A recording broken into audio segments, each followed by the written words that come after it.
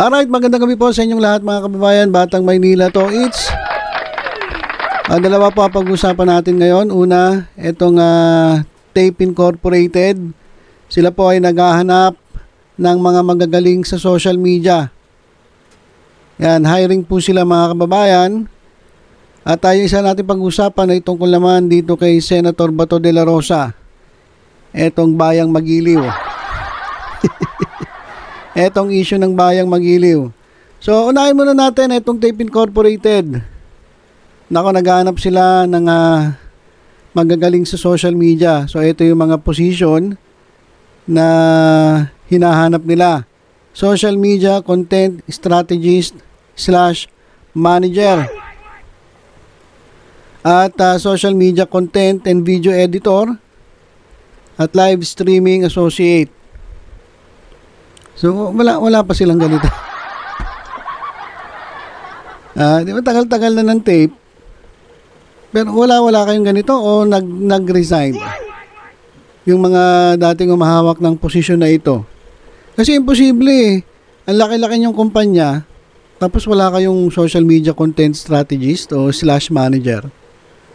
Wala kayong social media content and video editor. At wala kayong live streaming associate. Imposible naman. Baka naman baka nag-resign.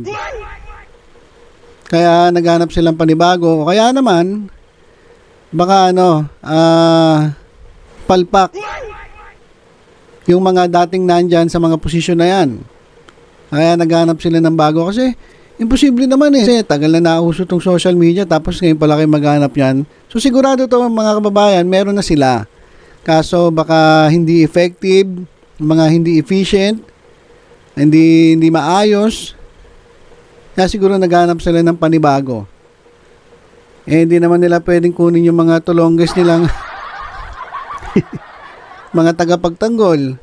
Lalong-lalo na yung yung isang may saltik. Hindi qualified yan sigurado.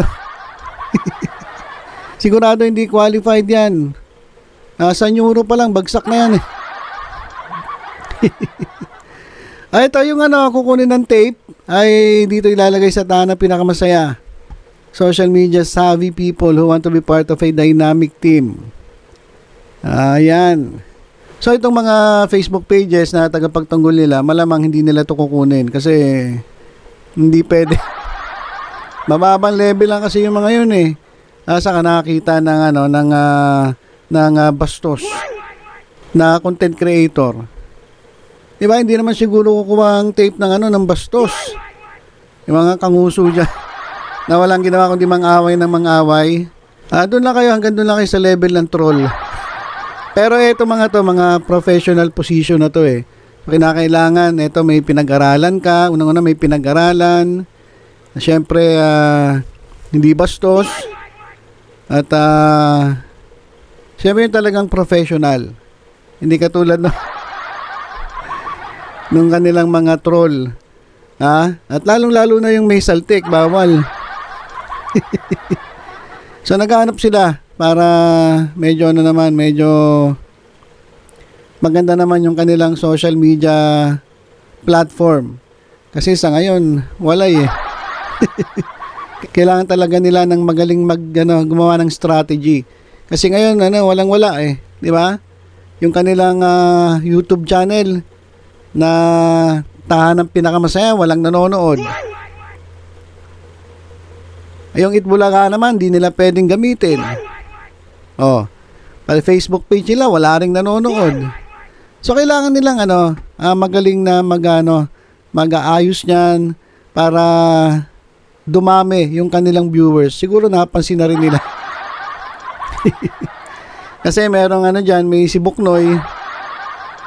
Ang pinopost number 1 sila. Hindi naman naniniwala ang mga halusos doon. Alam ng halusos kung ano talaga nangyari sa kanila. Alam nila na kulang sila pagdating sa social media. 'Di ba? Sa online na concurrent viewers, alam nila na laglag sila.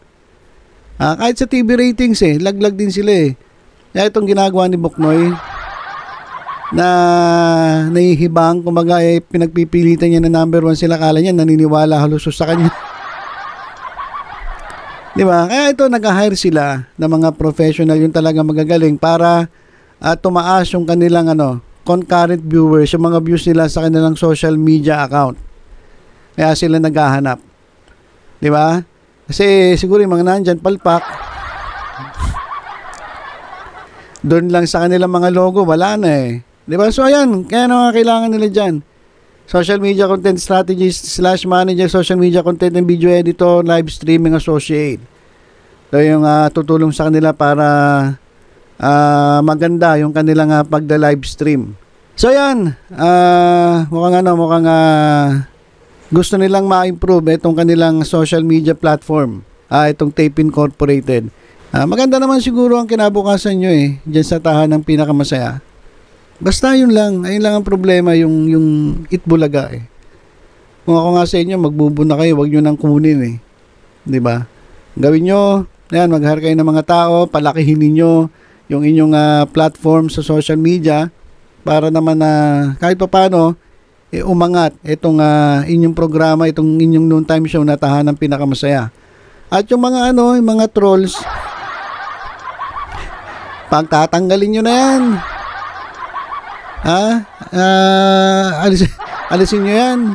Kasi una-una nakakasira sa inyo Nakakasira. Imbis na makatulong, mas lalo pa nakakasira. Biro nyo, ilaglag kayo. Binabayaran nyo raw yung kantar. Di ba tulongges?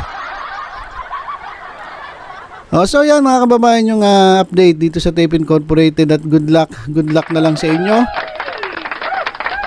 Dyan sa inyong gustong gawing improvement sa inyong social media platform. At ito mga kababayan, pag-usapan na rin natin si Senator Bato de la Rosa. Kasi pinagtatawanan si Senator Bato de la Rosa. Kasi nagbitaw siya ng salita mga kababayan ito babasahin natin Sabi niya, ewan ko ba bakit itong mga bleeding hearts gustong-gusto i-surrender yung ating sovereignty dito sa foreign bodies. Hindi sila nagmamahal sa ating bansa. Siguro ang mga Pilipino na ito ay dapat pakantahin natin ng 1,000 times ng bayang magiliw until matuto silang magmahal ng bansa. Ito ang naisipagawa ni Senator Ronald Bato de la Rosa sa mga Pilipinong kumakampi sa ICC para sila umano'y matutong magmahal ng bansa. Ayan ang sinabi ni de la Rosa.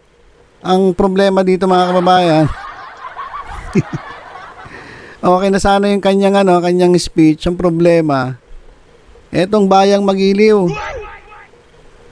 Kasi mali Hindi naman bayang magiliw, dapat yan Naalala ko tuloy yung pag kumakanta ka sa videoke. Di ba? Hanapin mo nga yung Terminus. Terminus, hanap ka hanap ng Terminus, wala But wala, hindi pala yan, ang title pala noon is Skyline Pigeon.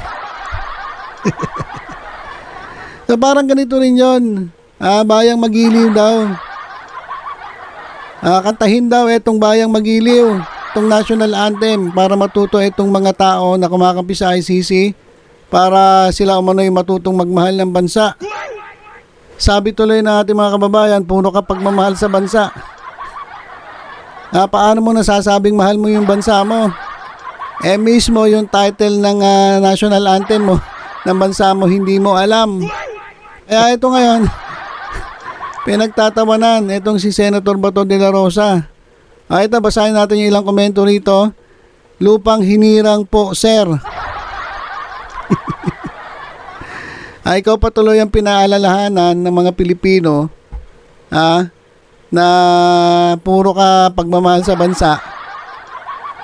Magsalita ka, kala mo talaga na mga sobra kang nationalistic, pero ikaw mismo hindi mo alam yung title ng national anthem. Bayang magiliw.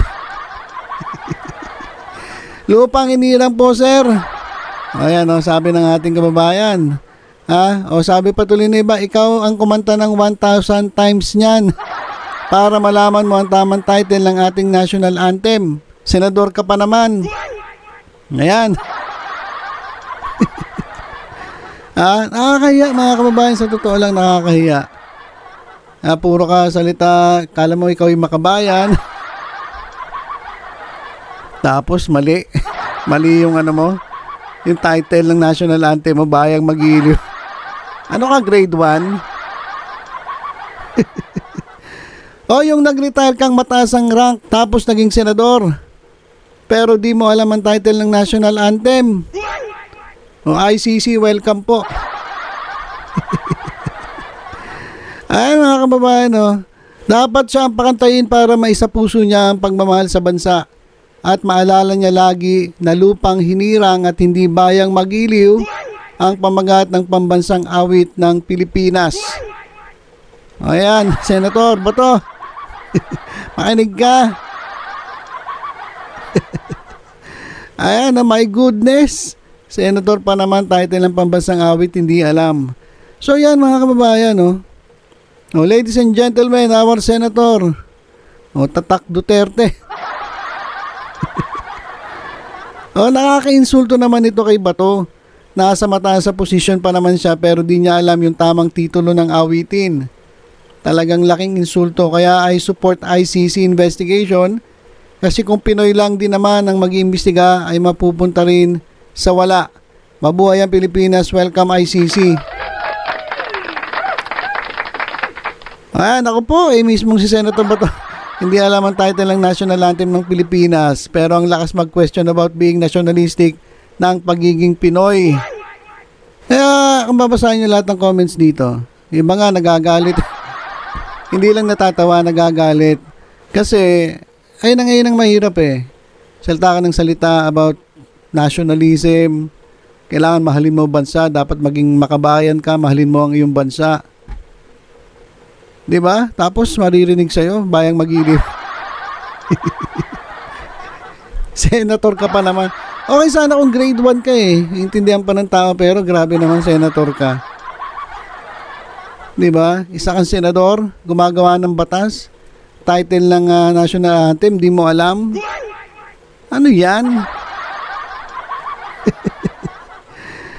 Ito, patriotism is not questioned but your participation in the war on drugs. Yun daw ang kini-question ng ICC. Hindi naman tinatanong kung patriotic ka, kung ikaw ay makabayan. Hindi yun eh.